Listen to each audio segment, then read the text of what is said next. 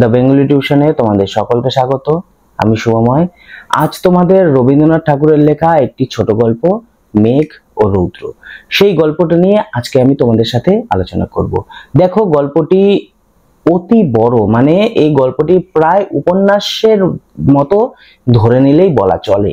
কিন্তু রবীন্দ্রনাথ ঠাকুর এই গল্পটিতে আমাদের উপন্যাসের স্বাদও যেমন দিয়েছেন, তেমনি ছোট গল্পের স্বাদও দিয়েছেন।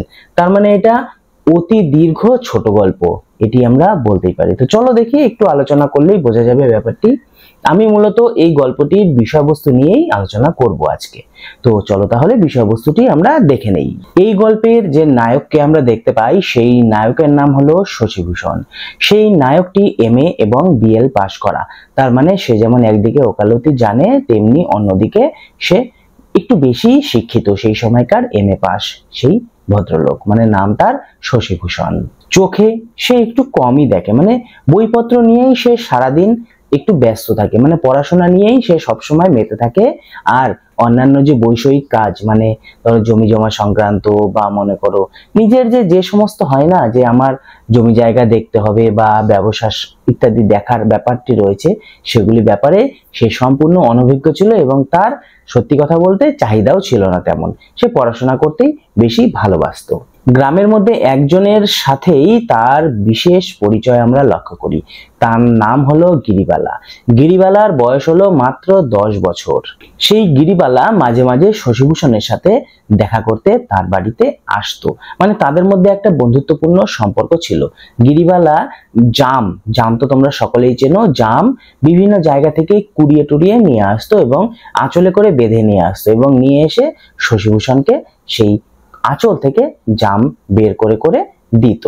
যেদিন মনে করো শশীভূষণ পড়াশোনা নিয়ে একটু বেশি ব্যস্ত থাকতো, ধরো গিরিবালার দিকে মনোযোগ দৃষ্টি আকর্ষণ ইত্যাদি করছে না, সে ব্যস্ত, গিরিবালা এদিকে পাশে এসে বসে আছে, তখন গিরিবালা হয়তো জাম খেতে খেতে একটু জামের বীজটা তার দিকে ছুঁড়ে মারলো, বা কি ব্যাপার ডাকছো আমাকে, এই ধরনের একটু উক্তি করে মনে করো তার দৃষ্টি আকর্ষণের চেষ্টা করত।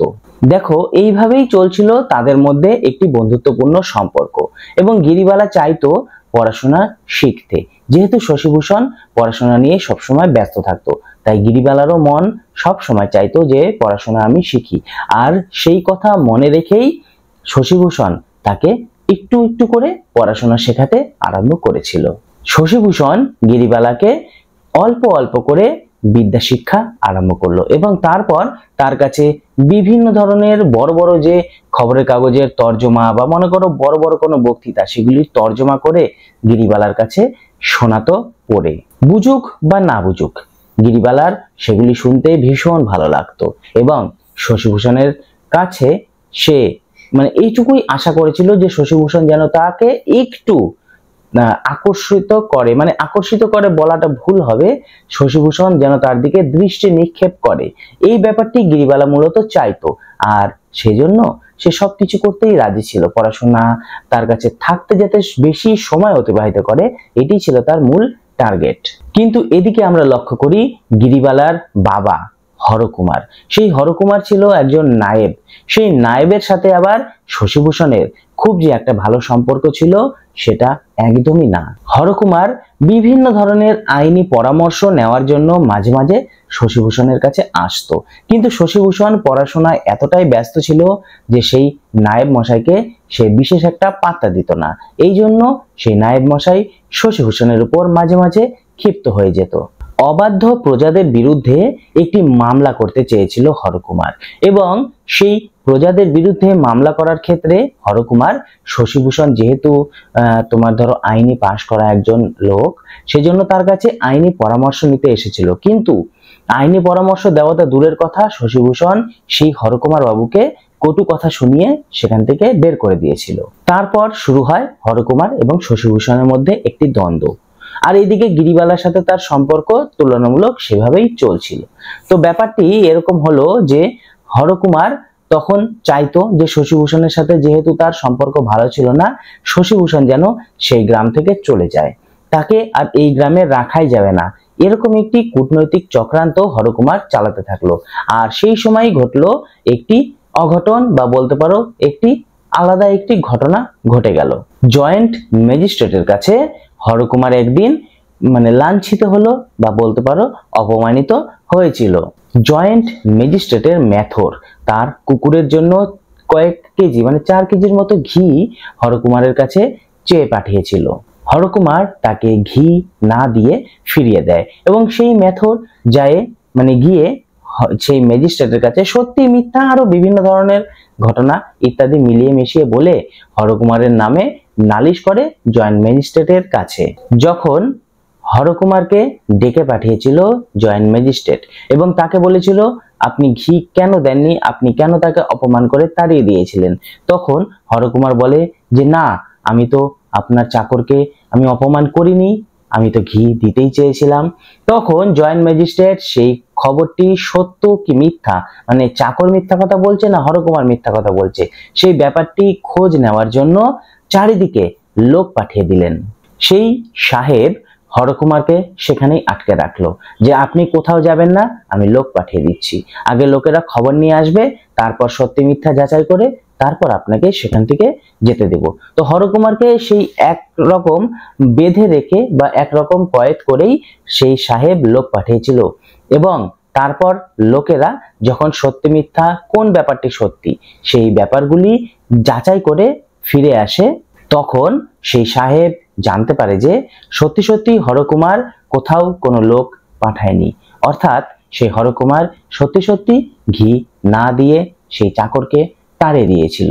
সেই সাহেব তখন আদেশ দেয় বা হুকুম দেয় যে হরকুমারকে সেই তাঁবুর চারপাশে কান ধরে ঘোরাতে এবং এই নায়েব মশাই হয়ে কান ধরে চারপাশে যেহেতু ঘোরার ফলে তার নাক কাটা যায় গ্রামবাসীদের কাছে, তাকে অপমানিত হতে হয় সেই গ্রামবাসীদের মানে সেই এলাকার গ্রামবাসীদের কাছে। সেই দুঃখে হরকুমার বাড়িতে এসে শয্যা গ্রহণ করে, মানে সে শুয়ে পড়ে এবং শশীভূষণ তখন তার সাথে দেখা করে। শশীভূষণ সমস্ত ব্যাপারটি শোনে এবং তারপর সেই সাহেবের বিরুদ্ধে একটি মামলা করার সিদ্ধান্ত নেয়। হরকুমার প্রথমে রাজি না হলেও পরবর্তীকালে আমরা দেখতে পাই হরকুমার মামলা করতে রাজি হয়ে গিয়েছিল। শশীভূষণ যখন সেই মামলা করতে চায় তখন সেই বাবুটি মানে ম্যাজিস্ট্রেট সাহেব তাকে আড়ালে ডেকে বলেছিল যে কোনো মামলা করার দরকার নেই, ব্যাপারটি আমরা গোপন ঘরেই একটি কথাবার্তার বিনিময়ে বা আপোষ বিনিময়ে আমরা ব্যাপারটিকে একটু বোঝাপড়া করে নিয়ে ব্যাপারটিকে একটু মীমাংসা করে নেওয়া যেতেই পারে। কিন্তু শশীভূষণ বলেছিল যে অপমান তাকে প্রকাশ্য লোকসভায় করা হয়েছিল, সেই অপমান একটি ঘরের মধ্যে কোনোভাবেই সে মিটমাট করে নিতে চায় না। জয়েন্ট ম্যাজিস্ট্রেট তখন জমিদারকে চিঠি লিখে জমিদারকে সে জানায় যে দেখুন আপনার যে নায়েব মশাই হরকুমার, সেই নায়েব মশাই আমার নামে একটি মামলা রুজু করিয়েছে শশীভূষণের মারফত। জমিদার তখন সেই নায়েব হরকুমারকে ডেকে পাঠায় এবং তখন তাকে অনেক বোঝায় এবং বোঝানোর পরে কিছুটা ধমক টমক দিয়েও সেই কাজটি করে। তারপর হরকুমার দেখলো যে না, আমার তো এদের বিরুদ্ধে গিয়ে লাভ নাই, তখন হরকুমার শশীভূষণের কথা না শুনে সেই সাহেবের নামে মামলাটা সে তুলে নেয় এবং সাহেব তখন সেই শশীভূষণ যেহেতু নিজে জেচে পড়ে মামলা করতে চেয়েছিল, সাহেব মনে করেছিল যে শশীভূষণ কংগ্রেসে যোগদান করেছিল এবং সত্যি কথা বলতে সাহেব শশীভূষণকে নিজের শত্রু মনে করে। এই যে এত বড় একটি ঘটনা ঘটে গেল, এই সময়টিতে শশীভূষণের সঙ্গে গিরিবালার সম্পর্কের একটু ছেদ ঘটেছিল, কারণ শশীভূষণ সেই সময় একটু আইন আদালত ইত্যাদি ব্যবস্থা নিয়ে সে একটু বেশি ব্যস্ত হয়ে পড়েছিল, গিরিবালাকে সে একটু কম সময় দিচ্ছিল, যার ফলে তাদের সম্পর্কের মধ্যে একটু দূরত্ব তৈরি হয়। ফলত আমরা দেখতে পাই গিরিবালা প্রচন্ড পরিমাণে রাগ হয় এবং সে শশীভূষণের উপর রাগ করে বসে এবং অনেকদিন যেহেতু তাদের দেখা হয়নি, তাদের মধ্যে একটি দূরত্ব তৈরি হয়েছিল। ম্যাজিস্ট্রেটের নামে যেহেতু মামলাটি তুলে নিয়েছিল হরকুমার, তাই তাকে উপহার স্বরূপ সেই ম্যাজিস্ট্রেট অনারারি ম্যাজিস্ট্রেটের একটি পদ দিয়েছিল। তাই আমরা দেখতে পাই সেই পুরনো জামা কাপড় মানে ময়লা জামা কাপড় এবং তৈলাক্ত পাগড়ি পরেই সেই হরকুমার মাঝে মাঝে সেই সাহেবদের সালাম করতে যেত। শশীভূষণ যখন এত সব ঝামেলার পরে আইন কানুন সম্পর্কে পড়াশোনা বন্ধ করলো, সেদিন তার মনে পড়লো যে আমি তো অনেকদিন গিরিবালার সাথে কথা বলিনি, আমি তো অনেকদিন গিরিবালাকে দেখিনি, আমাদের মধ্যে তো অনেক দূরত্ব তৈরি হয়েছে। ঠিক সেই সময় তার গিরিবালার কথা মনে পড়লো। কিভাবে এতদিন গিরিবালা তার কাছে এসে তার মনোযোগ আকর্ষণ করতে না পেরে সে আবার ফিরে গেছে, সেই সব ইতিহাস শশীভূষণের এখন মনে পড়ল। শশীভূষণ গিরিবালার চিন্তায় চিন্তায় আর তখন লেখাপড়ায় মন দিতে পারলো না। সে হয়তো ভেবেছে যে গিরিবালার হয়তোবা শরীর অসুস্থ হয়েছে, গিরিবালা কেন আসছে না এখন আর আমার কাছে। তাই সে গোপনে গিরিবালার খোঁজ নিতে গেল এবং খোঁজ নিয়ে জানতে পারলো যে গিরিবালার ইতিমধ্যেই বিয়ে ঠিক হয়ে গিয়েছে। তারপর আমরা কিছুদিন পরে দেখতে পাই গিরিবালার বিয়ের দিন এসে উপস্থিত হলো। যেদিন সেই গ্রামে গিরিবালার প্রথম সানাই বাজলো, মানে বিয়ের দিন প্রথম সানাই বাজা শুরু হলো, সেদিনই শশীভূষণ তার বাক্সপত্র ইত্যাদি যা যা ছিল আসবাবপত্র সেগুলি নিয়ে কলকাতা অভিমুখে রওনা হলো। শশীভূষণকে গিরিবালার বাবা হরকুমার নিমন্ত্রণ করেনি বিয়েতে। পাড়ার অন্যান্য সকলকে নিমন্ত্রণ করলেও শশীভূষণ সেখানে উপেক্ষিত ছিল এবং সেই কারণেই শশীভূষণের কিছুটা মান সম্মানে লেগেছিল এবং সে চাইতেও না যে গিরিবালার অন্য কোথাও বিয়ে হোক, তাই সে আর সেই গ্রামে থাকতে পছন্দ করেনি। শশীভূষণ যখন সেই বই পুস্তকের বোঝা নিয়ে সেই গ্রাম থেকে কলকাতার অভিমুখে রওনা হলো, ধীরে ধীরে সেই সানাইয়ের শব্দ ক্ষীণ হয়ে গেল এবং তার এবং গিরিবালার মধ্যে যে সম্পর্কটি ছিল ধীরে ধীরে সেই সম্পর্ক বিচ্ছিন্ন হয়ে গেল। শশীভূষণের নৌকা যখন ধীরে ধীরে কলকাতা অভিমুখে যাচ্ছিল, সেই সময়টিও ঘটল আরেকটি ঘটনা। স্টেশন ঘাট থেকে সদর মহকুমা পর্যন্ত একটি স্টিমারের ঘাট খুলেছিল সেই সময়ে। সেই স্টিমারের ঘাটটি দিয়ে বা স্টিমারের যে লাইন ছিল সেখান দিয়ে একটি জাহাজ আসছিল। সেই জাহাজটিতে ছিল কিছু লোকজন এবং ছিল একজন সাহেব। আমরা সেখানে দেখতে পাই একটি মহাজনী নৌকা সেই জাহাজের সাথে পাল্লা দিয়ে চলছিল। মাঝে মাঝে নৌকাটি জাহাজের কাছাকাছি আসছিল, আবার মাঝে মাঝে জাহাজটি যখন জোরে চলছিল তখন সেই নৌকাটি আবার পিছিয়ে পড়ছিল। নৌকার মাঝিটির ক্রমশ এই সমস্ত ঘটনা দেখে রাগ চেপে গেল। তখন সেই মাঝিটি নৌকার মধ্যে আরো 2-3টে পাল এক্সট্রা লাগিয়ে দিল এবং সেই নৌকাটি তখন তীর বেগে ধাবিত হলো জাহাজের অভিমুখে।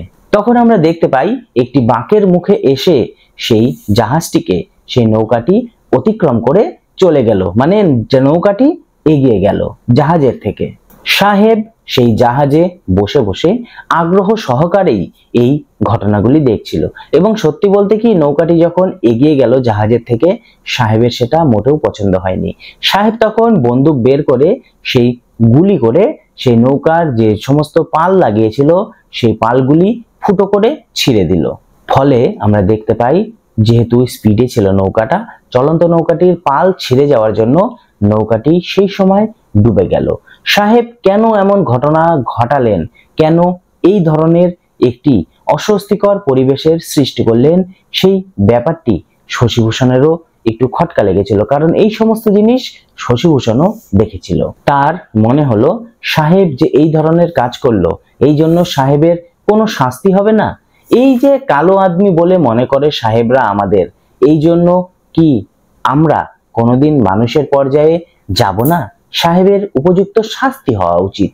শশীভূষণ তখন তাড়াতাড়ি নৌকা থেকে নেমে সেই যে ডুবে যাওয়া নৌকা, সেই ডুবে যাওয়া নৌকার মালপত্র হয়তো বা উদ্ধার করতে পারেনি, কিন্তু লোকজনকে তারা উদ্ধার করেছিল অনেকে মিলে। শশীভূষণ ক্রোধে এবং উত্তেজনায় ফুলতে থাকে। সেই নৌকার কয়েকজন মাঝি মোল্লাদের নিয়ে শশীভূষণ পুনরায় আবার কলকাতা না গিয়ে সেই গ্রামেই ফিরে আসে। পাট বোঝাই সেই নৌকার পাট উদ্ধার করার জন্য কিছু লোকজনকে সেখানে নিযুক্ত করা হয় যে যে সমস্ত পাট ডুবে গিয়েছিল সেগুলিকে তোমরা উদ্ধার করো, এবং সেই যে সাহেবের বিরুদ্ধে একটি মামলা করার সিদ্ধান্তও নেয় শশীভূষণ। প্রথমে সেই মাঝিরা সাহেবের বিরুদ্ধে মামলা করতে রাজি হচ্ছিল না, কারণ ভাবছিল কোন না কোন উকিল তাদের হয়ে মামলা লড়বে। তারপর যখন জানতে পারলো যে শশীভূষণ নিজেই একজন উকিল, তখন মাঝিরা তার হয়ে মামলা লড়তে চাইলো, কিন্তু সাক্ষী কেউ দিতে চাইলো না। ঘটনাটি সেই মাঝিরা বেমালুম চেপে গেল। তো ব্যাপারটি হলো যে শশীভূষণ যেহেতু নিজেই সচক্ষে দেখেছিল, তাই শশীভূষণ নিজেই উদ্যোগী হয়ে একাই মামলা করতে চাইলো। সাক্ষীর তার আর কোনো দরকার হলো না। যখন ব্যাপারটি আদালতে উঠলো, তখন সাহেবকে জিজ্ঞেস করা হলো, তুমি কেন গুলি করেছিলে?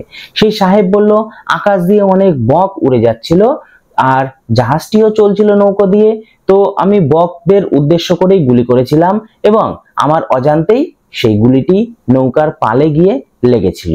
ফলে এই কথাগুলি বলার জন্য আমরা দেখতে পাই সেই যে ম্যানেজার, সেই ম্যানেজার বেকসুর খালাস হয়ে গেল, মানে তার বিরুদ্ধে আর কোনো অভিযোগই রইল না। বিক্ষুব্ধ চিত্তে মানে রেগে গিয়ে শশীভূষণ সেই মুহূর্তে গ্রামে ফিরে আসলো এবং সেই সময় আমরা দেখতে পাই গিরিবালার বিয়ে হয়ে গিয়েছিল এবং তার ফেরার সময় হয়ে গিয়েছিল, মানে তার বিদায়ের বেলা চলে এসেছিল। শশীভূষণ যখন ঘাটে গিয়ে দাঁড়ালো, তখন গিরিবালাকে তার স্বামী নৌকা করে নিয়ে যাচ্ছিল। সে সেসব দেখে তার বাড়িতে এসে শুয়ে পড়ল। হঠাৎ যেন সে শুনতে পেল, সে যেন মানে তার কানে ভেসে আসলো যে কে যেন তাকে শশী দাদা বলে ডাকছে। কিন্তু তার হঠাৎই মনে হলো এইসব তার মস্তিষ্কের একটা বিকার, অর্থাৎ তার অবচেতন মনে এই সমস্ত ঘটনাগুলি ঘটছে।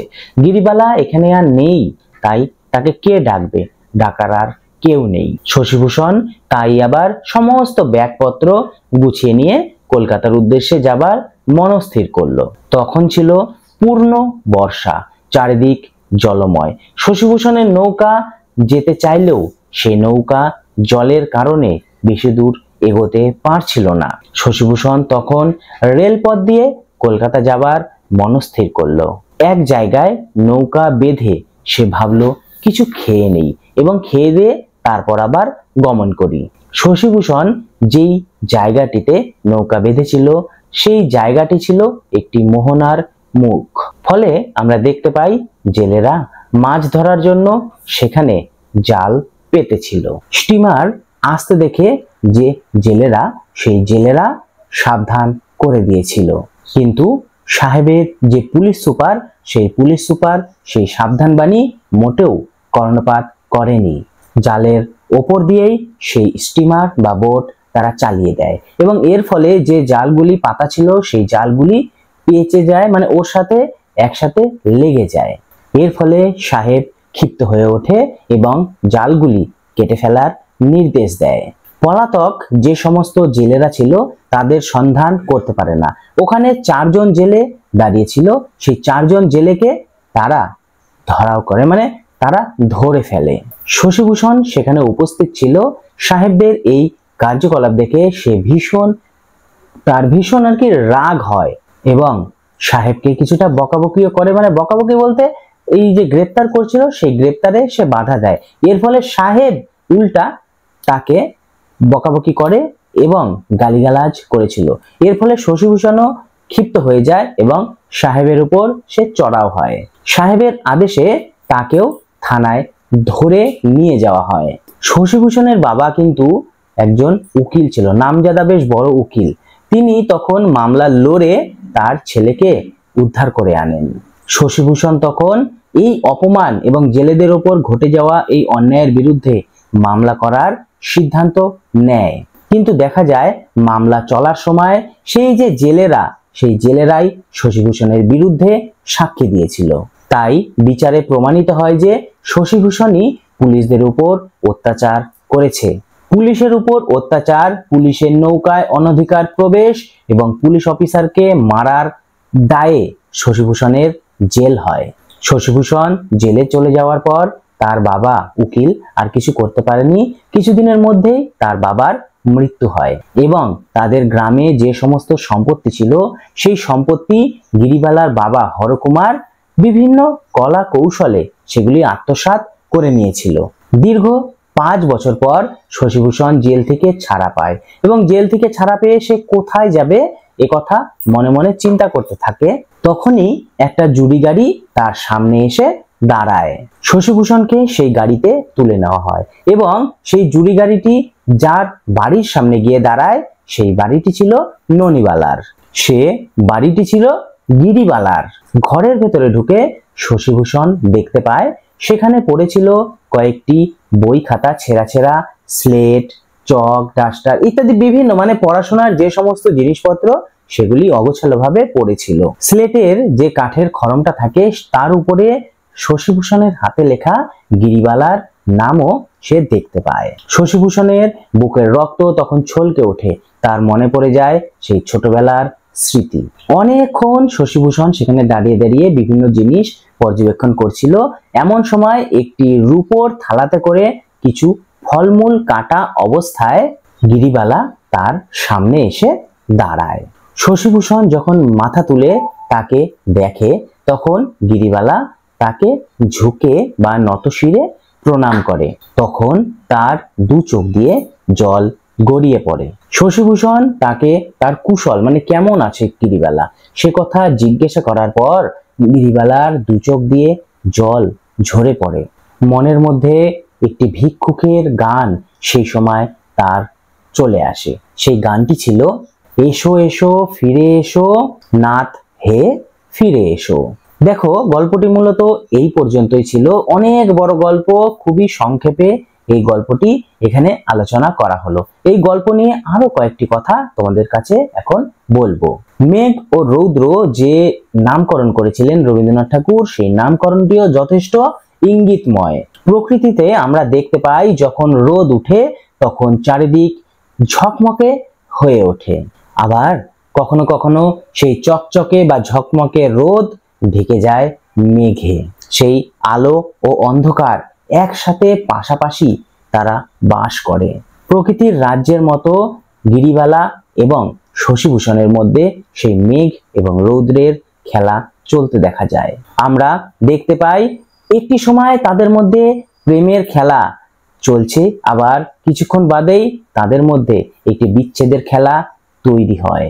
প্রকৃতির এই আলো ছায়া এই নায়ক নায়িকার হৃদয়ের মধ্যে এসে পড়েছে বলেই হয়তোবা রবীন্দ্রনাথ ঠাকুর এই গল্পের নাম লিখেছিলেন মেঘ ও রৌদ্র। তবে মেঘ ও রৌদ্র ছোট গল্প হলেও অনেক সমালোচক এই গল্পটিকে ছোট গল্প বলতে চায়নি, কারণ এই গল্পটি আকারে ছিল অনেক বড়। আসলে ছোট গল্পের মধ্যে ইউনিটি অফ এক্সপ্রেশন বা ইমপ্রেশন থাকে, তা এই গল্পে কতটা রক্ষিত হয়েছে বা কতটা মানা হয়েছে তা নিয়ে একটি সন্দেহ থেকেই যায়। মূলত একটি ছোট গল্পের মধ্যে দেখা যায় একটি গল্প, যেই গল্পটি ধারাবাহিকভাবে প্রবাহিত হয়, কিন্তু সেই ধারাটি এই গল্পে সম্পূর্ণ ব্যাহত হয়েছে। ডক্টর ভূদেব চৌধুরী মনে করেছিলেন যে এই গল্পটিতে রাজনৈতিক প্রসঙ্গের সঙ্গে প্রেম মিশে যাবার জন্যই তা ছোট গল্প হিসাবে সার্থকতা পায়নি। তবে আমরা এই গল্পটির শেষে একটি গভীর ব্যঞ্জনা লক্ষ্য করতে পারি। গল্পটির শেষে আমরা দেখতে পাই দুটি তৃষিত হৃদয়, তার দুজনের বুকের মধ্যেই তৃষ্ণা ছিল। সেই দুটি তৃষিত হৃদয় একে অপরের সামনে দাঁড়িয়ে থেকে শুধুমাত্র চোখের জল ফেলেছে। কারো মুখে কোনো কথা নেই, শুধু দূর থেকে একটি গানের আভাস তারা শুনতে পেয়েছে। আর সেই ব্যঞ্জনায় এই গল্পটি সমাপ্ত হয়েছে। সুতরাং আয়তনের দিক থেকে এই গল্পটি কিছুটা ছোট গল্প থেকে দূরে সরে গেলেও ব্যঞ্জনা ধর্মিতার দিক থেকে এটি সঠিক বা সার্থক ছোট গল্প। আমরা দেখতে পাই এই মেঘ ও রৌদ্র গল্পটি দুটি কাহিনী ধারায় বিন্যস্ত করেছিলেন লেখক। একটি ছিল শশীভূষণ ও গিরিবালার একটি রোমান্টিক প্রণয় কাহিনীর আখ্যান, অন্যটি ইংরেজ শাসন ও শোষণের বিরুদ্ধে প্রতিবাদ। আসলে এই দুটি গল্পকে ছোট গল্পকার একসাথে একত্রিত করতে পারেননি, এখানেই তার ব্যর্থতা। দুটি কাহিনী পাশাপাশি সমান্তরালভাবে বয়ে চলার জন্য এই গল্পটি হয়েছিল অনেক বড় আকারের। শেষ পর্যন্ত গল্পকার রবীন্দ্রনাথ ঠাকুর এই রাজনৈতিক কাহিনীকে পাশ কাটিয়ে পরিসমাপ্তিতে রোমান্টিক প্রেমের জগতেই আশ্রয় নিয়েছিলেন। ডক্টর সরোজ বন্দ্যোপাধ্যায় এই মেঘ ও রৌদ্র গল্পটিকে বা গল্পটির সঙ্গে নীলদর্পণ নাটকের একটি তুলনা করেছিলেন এবং এই গল্পটির মধ্যে তিনি গোড়া উপন্যাসের একটি পূর্বাভাসও পেয়েছিলেন। দেখো, অনেক আলোচনা করে ফেললাম এই মেঘ ও রৌদ্র গল্পটি নিয়ে। আজকের মতো এই ভিডিওটি এ পর্যন্তই। এরপরে অন্য কোনো ছোট গল্প নিয়ে আমরা আবার আলোচনায় ফিরবো।